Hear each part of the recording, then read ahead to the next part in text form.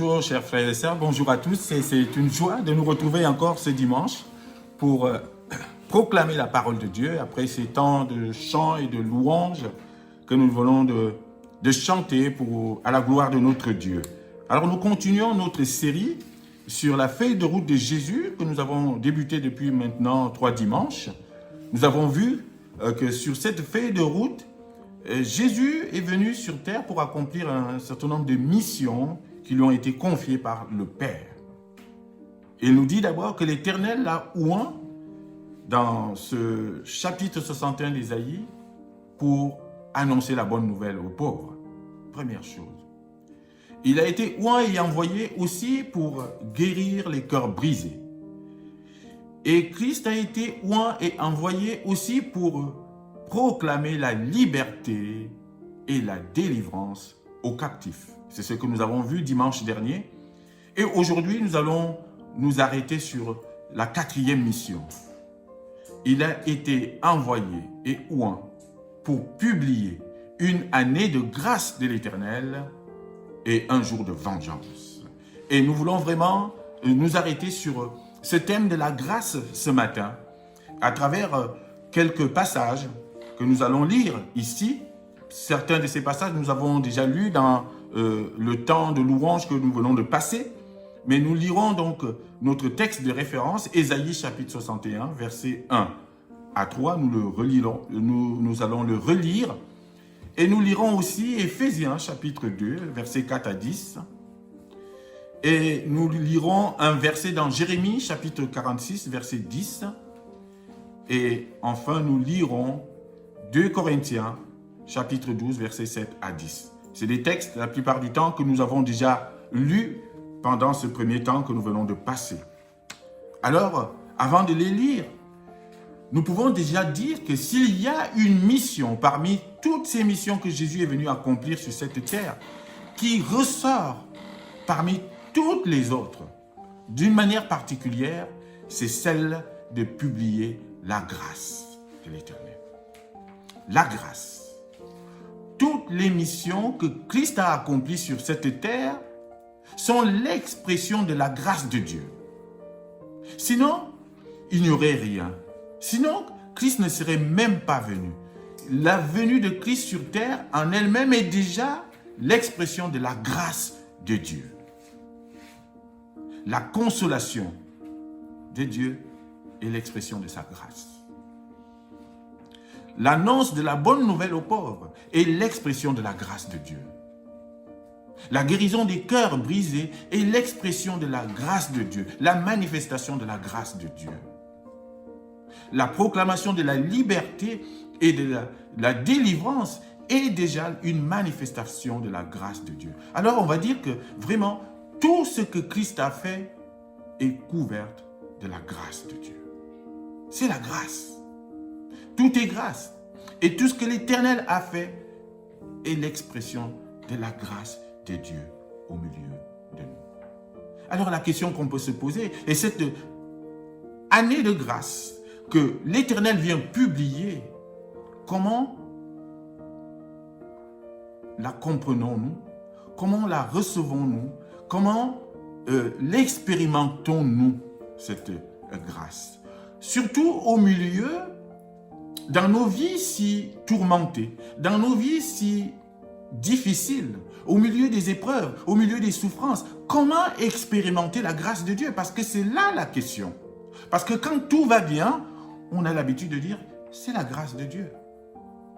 Quand on est en bonne santé, c'est la grâce de Dieu. Quand on a tous les moyens qu'il faut pour vivre, c'est la grâce de Dieu. Oui, quand tout va bien, on est très prompt à reconnaître volontiers la grâce de Dieu. Et c'est vrai, c'est la grâce de Dieu. Mais quand ça ne va pas, est-ce qu'on peut encore y voir la grâce de Dieu? Quand les difficultés nous assaillent et quand nous passons par la maladie et les épreuves, est-ce qu'on peut encore détecter dans ces difficultés et dans ces souffrances l'expression de la grâce de Dieu? La parole nous dit « tout est grâce ». Et souvent, nous oublions ce petit mot « tout est grâce ». Ça veut dire les choses bonnes qui nous arrivent, mais aussi les difficultés. Mais comment aujourd'hui concrètement toucher du doigt la grâce de Dieu lorsqu'on passe par la maladie? Comment aujourd'hui parler de la grâce de Dieu lorsqu'on est dans la souffrance et dans l'épreuve? Voilà la question que nous devons nous poser. Le but de ce message, chers frères et sœurs, ce matin, c'est de nous aider à reconnaître la grâce de Dieu, non seulement dans ce qui va, dans nos joies, dans nos victoires, mais aussi savoir reconnaître et détecter la grâce de Dieu même quand ça ne va pas. Parce que tout est grâce. Et c'est cela l'objectif. Et si Christ, si l'Éternel vient publier une année de grâce, et encore, il parle d'une année, et l'année ici, ce n'est pas dans le sens des hommes. Ce n'est pas comme nous, on les compte dans le calendrier, une année de grâce. J'ai envie de dire, c'est une révolution, c'est une ère nouvelle que l'Éternel vient publier. C'est une génération nouvelle, c'est une époque nouvelle, une ère de grâce.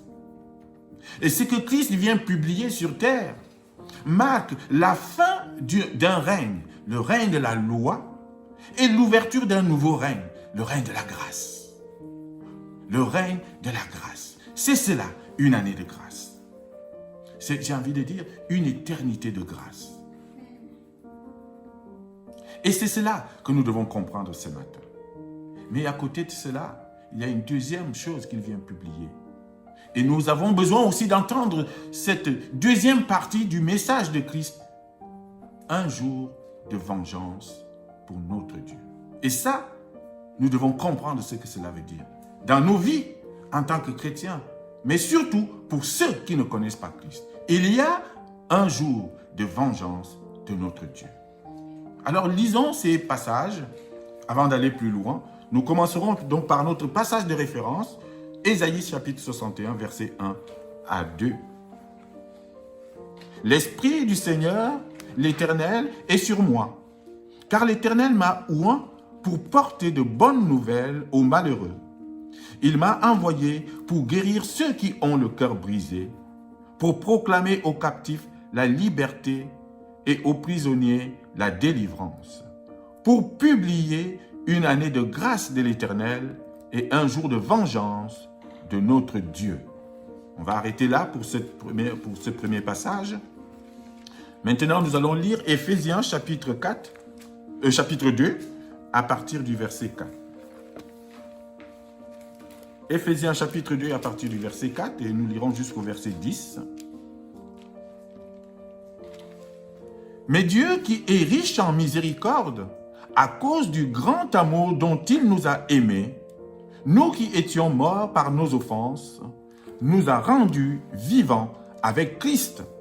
C'est par grâce que vous êtes sauvés. Il nous a ressuscités ensemble et nous a fait asseoir ensemble dans les lieux célestes, en Jésus-Christ, afin de montrer dans les siècles à venir l'infinie richesse de sa grâce, par sa bonté envers nous en Jésus-Christ. Car c'est par la grâce que vous êtes sauvés, par le moyen de la foi. Et cela ne vient pas de vous, c'est le don de Dieu. Ce n'est point par les œuvres, afin que personne ne se glorifie. Car nous sommes son ouvrage, ayant été créés en Jésus-Christ pour de bonnes œuvres que Dieu a préparées d'avance, afin que nous les pratiquions. Ça, c'est le deuxième passage. Le troisième passage se trouve dans 2 Corinthiens au chapitre 12. Nous allons lire du verset 7 au verset 10. Et c'est l'apôtre Paul qui parle ici aux Corinthiens. Voici ce qu'il dit. Et pour que je ne sois pas enflé d'orgueil à cause de l'excellence de ces révélations, il m'a été mis une écharde dans la chair, un ange de Satan, pour me souffleter et m'empêcher de m'enorgueillir. 3 fois, j'ai prié le Seigneur de l'éloigner de moi, et il m'a dit, « Ma grâce te suffit, car ma puissance s'accomplit dans la faiblesse. Je me glorifierai donc bien plus volontiers de mes faiblesses, afin que la puissance de Christ repose sur moi. C'est pourquoi je me plais dans les faiblesses, dans les ouvrages, dans les calamités, dans les persécutions, dans les détresses pour Christ, car quand je suis faible, c'est alors que je suis fort. Amen. Et pour finir, nous allons lire juste un verset dans Jérémie, au chapitre 46, et nous lirons le verset 10. Ce jour est au Seigneur, à l'Éternel des armées. C'est un jour de vengeance, où il se venge de ses ennemis. L'épée dévore, elle se rassasie, elle s'enivre de leur sang. Car il y a des victimes du Seigneur, de l'Éternel des armées, au pays du Septentrion, sur les rives de l'Euphrate.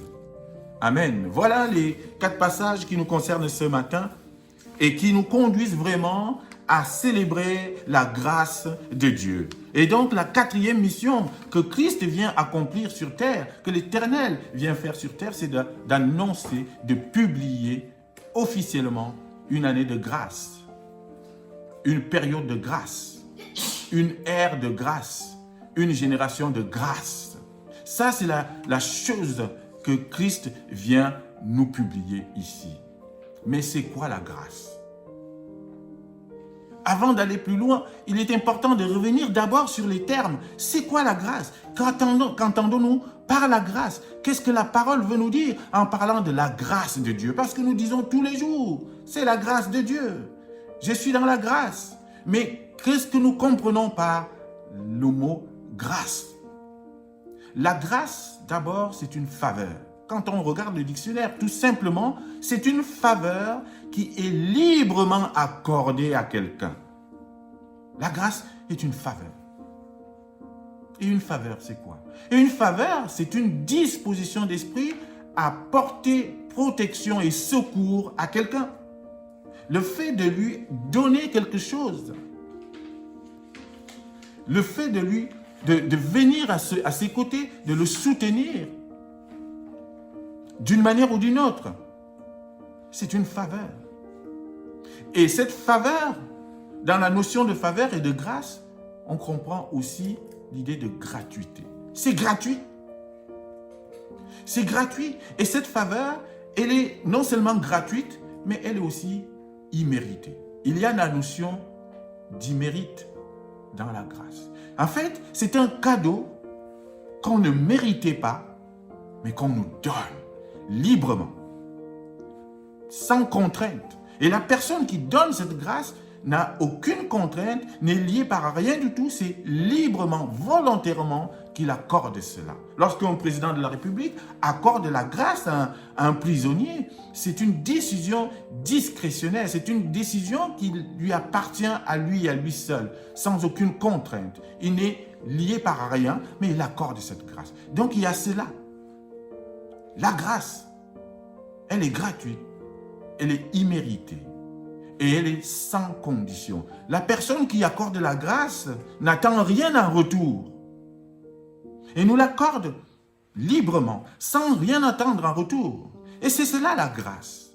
Et c'est ce que Dieu a fait avec nous. Il nous a accordé une faveur, un cadeau que nous ne méritions pas, parce que nous méritions la mort. Nous méritions autre chose, qui était autrement encore plus difficile. C'était la mort, à cause de nos offenses et de nos péchés, nous l'avons vu la semaine dernière. Voilà ce que nous méritions. Mais la grâce de Dieu, ça s'est manifesté comment? C'est qu'alors que nous méritions la mort, lui, il a déclaré que nous étions justifiés, justes par Jésus-Christ. Et que maintenant, de la mort que nous méritions, il nous accorde donc sa faveur. Et nous avons retrouvé, grâce au sang de Christ, coulé sur la croix, la faveur de Dieu. De telle sorte qu'aujourd'hui, il nous est favorable, ce Dieu, à nouveau, en Jésus-Christ. C'est cela la grâce. Un cadeau que tu ne méritais pas.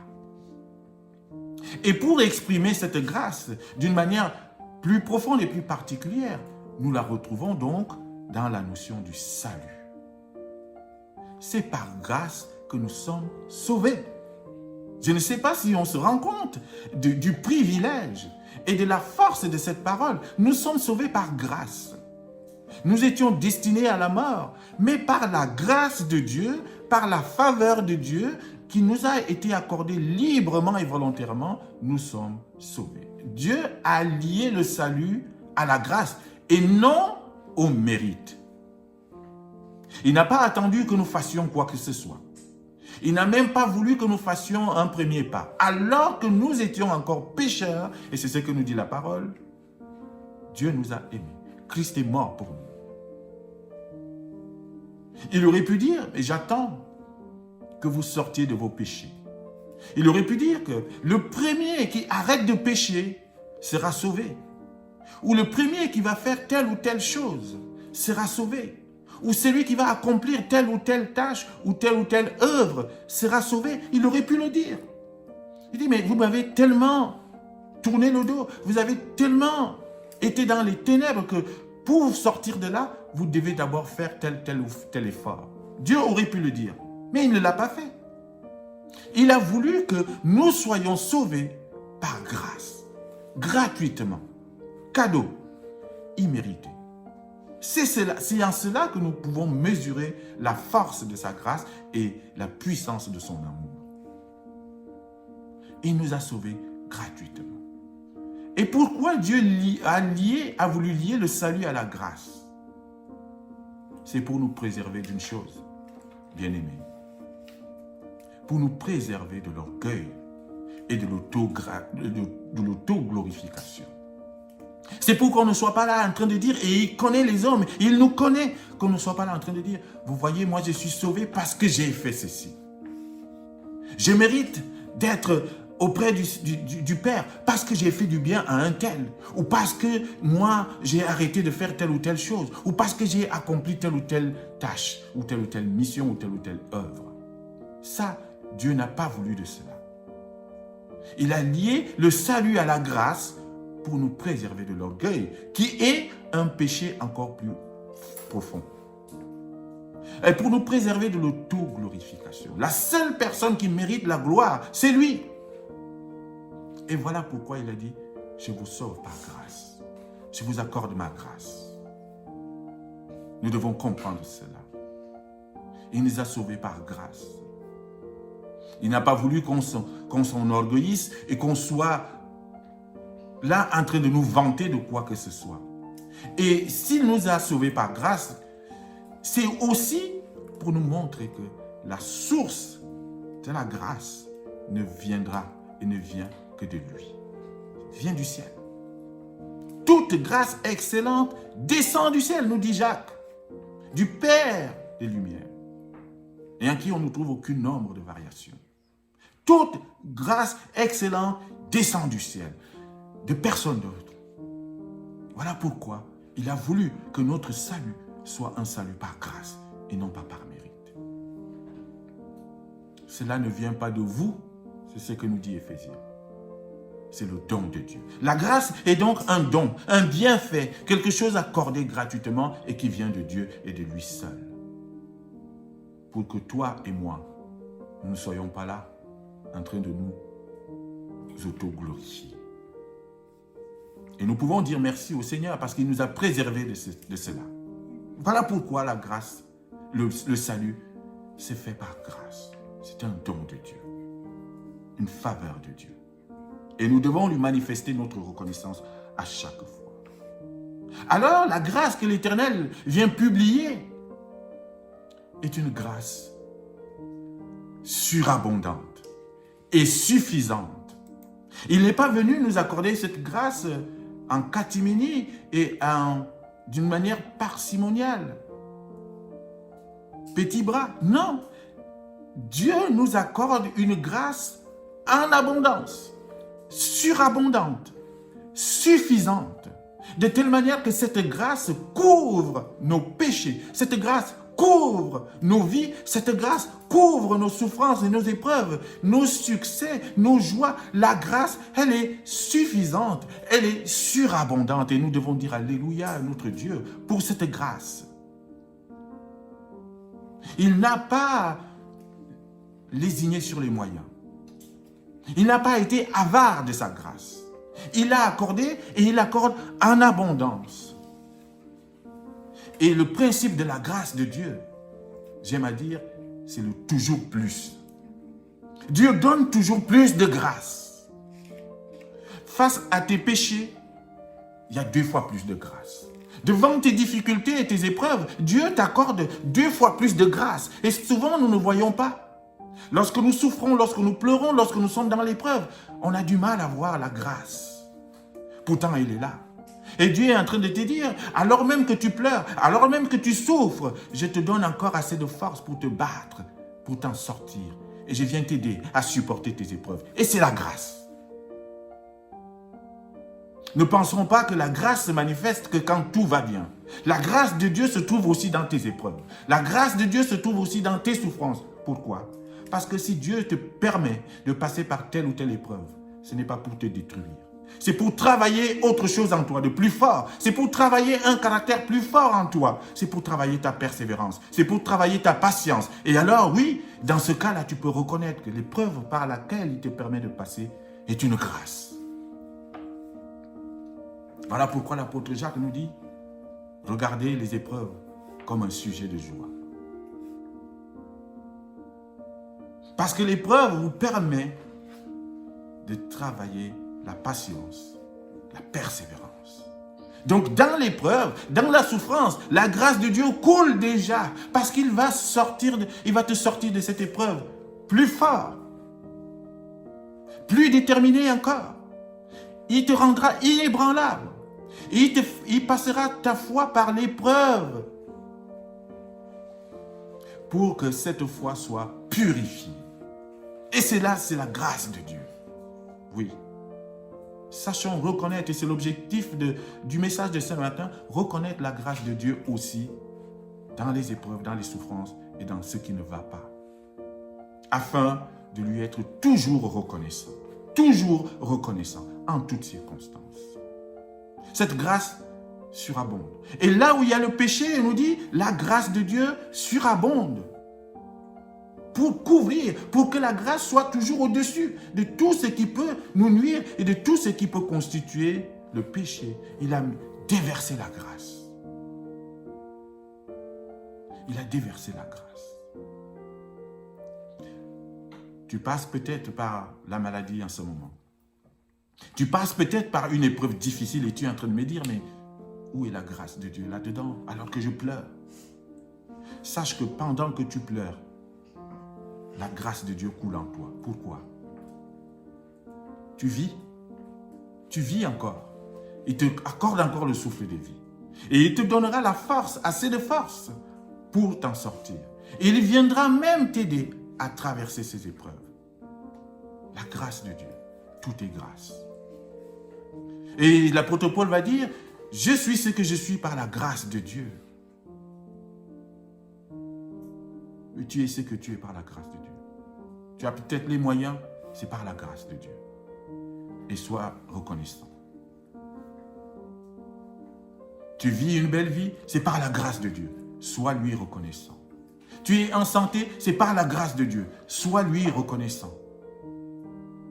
Et peut-être tu passes par cette épreuve et tu es en train de te dire, et moi je n'ai pas la grâce de Dieu. Si tu as cette grâce, parce que dans cette épreuve, Dieu te permettra de sortir encore plus fort. Dieu travaillera ta patience. Dieu travaillera ta persévérance. Dieu travaillera en toi un exercice spirituel. C'est peut-être là, dans cette épreuve-là, que tu vas te remettre à prier plus fortement qu'avant. Et c'est une grâce que Dieu t'accorde. Il te permet par cette épreuve de revenir à lui. Et c'est une grâce. Et il t'en sortira. La grâce de Dieu surabonde. Alors, si cette grâce surabonde face ou devant nos péchés, qu'est-ce que cela veut dire? Est-ce que c'est un prétexte pour continuer de pécher? Beaucoup de gens ont compris cette parole ainsi, malheureusement. Beaucoup de gens ont cru que le fait de dire que là où nos péchés abondent, la grâce surabonde, c'était déjà un quitus, un billet gratuit donné pour continuer de faire, de pécher. J'ai même entendu dire que certains prêchaient en disant, oui, plus vous péchez, plus il y a la grâce. Non. La grâce de Dieu surabonde pour justement nous permettre de sortir du péché. Et c'est ce que l'apôtre Paul va dire. L'apôtre Paul va nous parler de cela. C'est que nous devons sortir du péché. Parce que les Romains, à un moment donné, ils ont cru que la grâce étant accordée, ils pouvaient continuer à faire n'importe quoi. Mais ce n'est pas cela. Romains chapitre 6, versets 1 à 2. Que dirions-nous donc? Demeurions-nous dans le péché afin que la grâce abonde? Loin de là.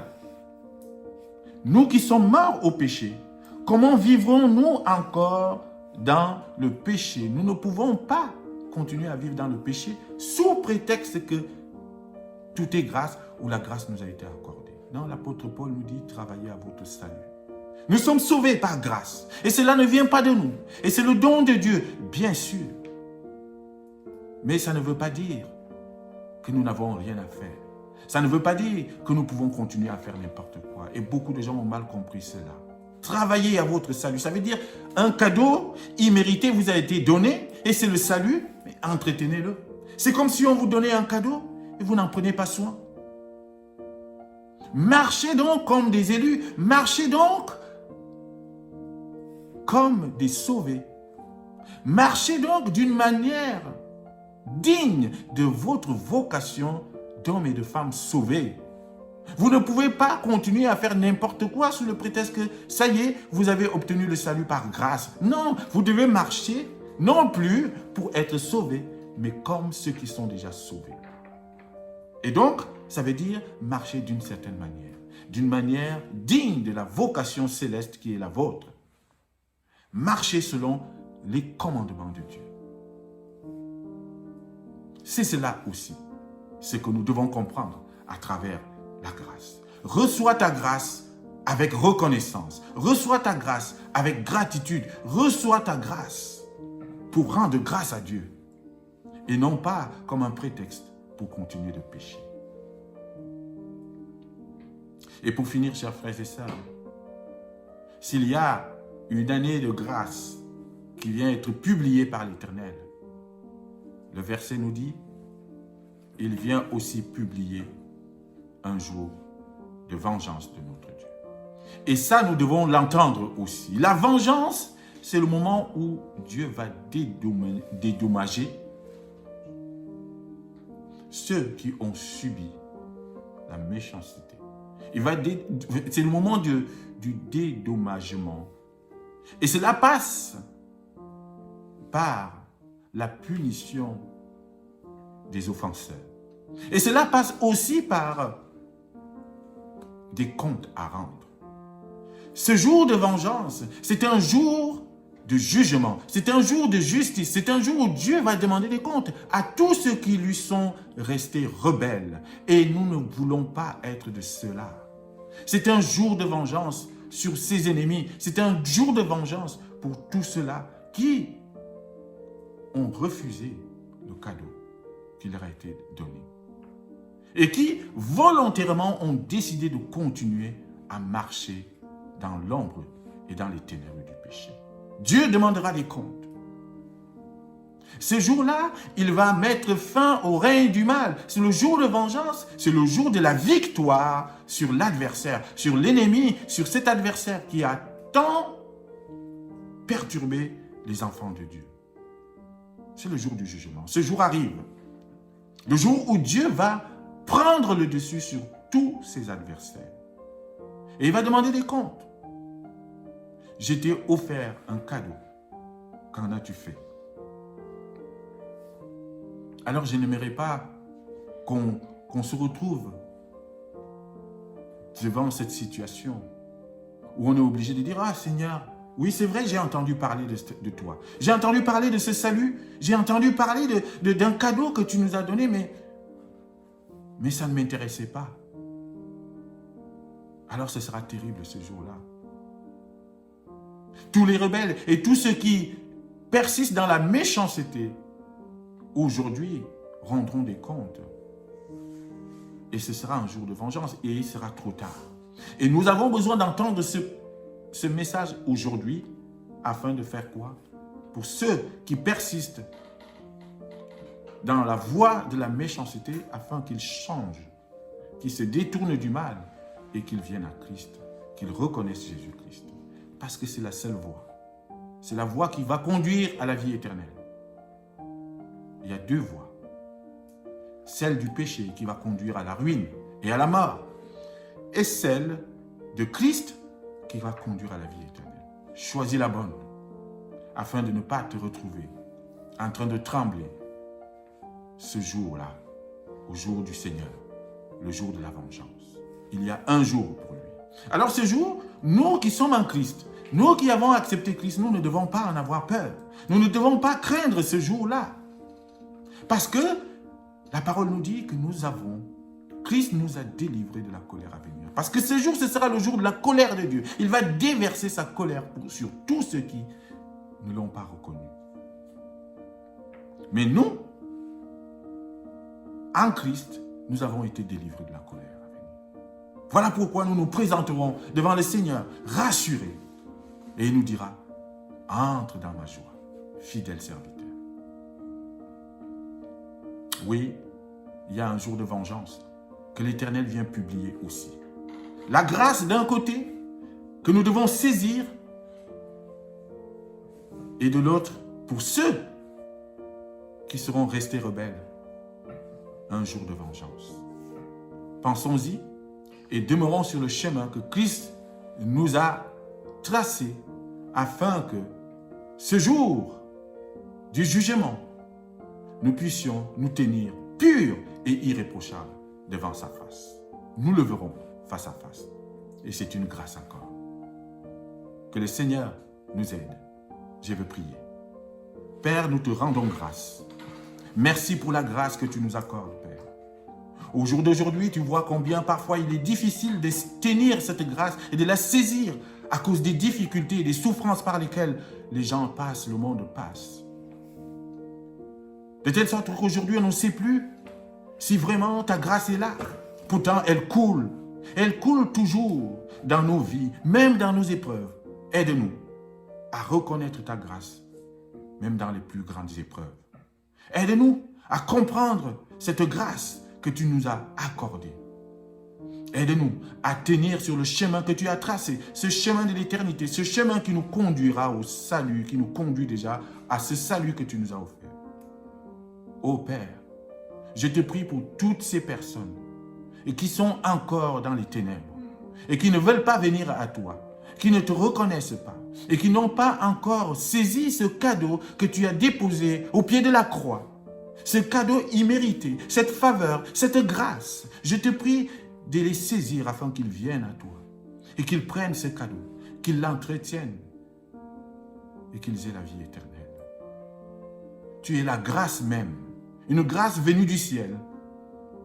Et je te prie de la faire connaître à tous. Nous te prions et nous te remercions de avoir permis que nous te connaissions. C'est un privilège. Et ce n'est pas le cas de tout le monde. Et nous te prions pour toutes ces personnes. Accorde-leur ta grâce encore aujourd'hui, comme tu fais pour nous. Nous t'avons prié dans le nom de notre Seigneur Jésus-Christ. C'est lui qui multiplie nos grâces. Amen.